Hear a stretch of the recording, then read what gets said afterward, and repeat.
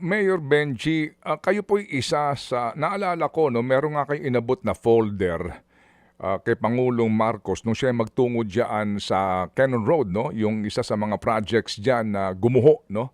At meron kayong ginawang investigasyon doon sa mga proyekto ng Silver Wolves, di po ba, diyan sa Benguet?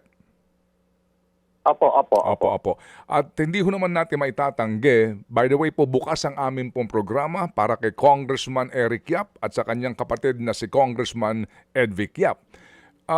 Meron pong ginawa ditong investigasyon at naghayag po, kung nyo maalala, ang Ombudsman pati ang Pangulong Marcos tungkol po sa kaso ng dalawang magkapatid na ito. May balita ho ba kayo? Ano nangyari doon?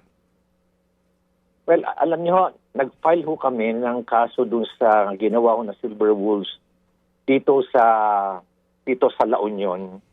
Tapos ito po yung flood control.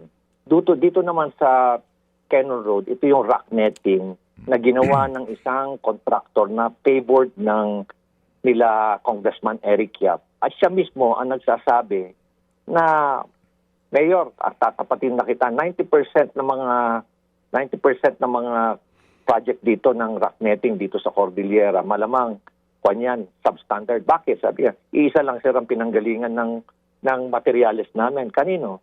Doon sa kumpanya nila nila Congressman Eric Yap. Yan ang binanggit niya sa akin eh. Sige, ilagay mo yan sa affidavit mo. So, yan isa rin yan sa mga naimbestigahan.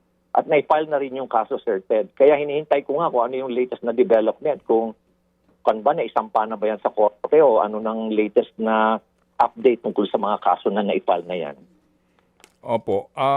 Mamaya po, no, meron kaming playback dito sa isang press conference kung saan po nandoon si Ombudsman Boying tsaka si Secretary Vince Dizon at si Chairperson Andres, no, Reyes ng ICI, October 23, 2025. Ito binabanggit nila yung kanilang mga findings, ano? At pati ho yung statement ni Pangulong Marcos, December 9, 2025 concerning the Brothers Yap. Ngayon po kasi July 7 na eh.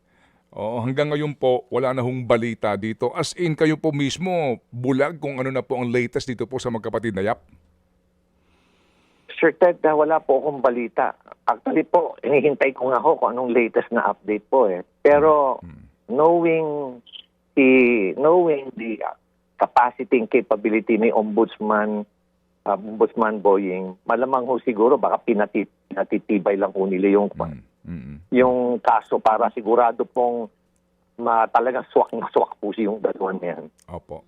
Kumbaga para airtight at wala na pong lusot ika nga po, no, Mayor?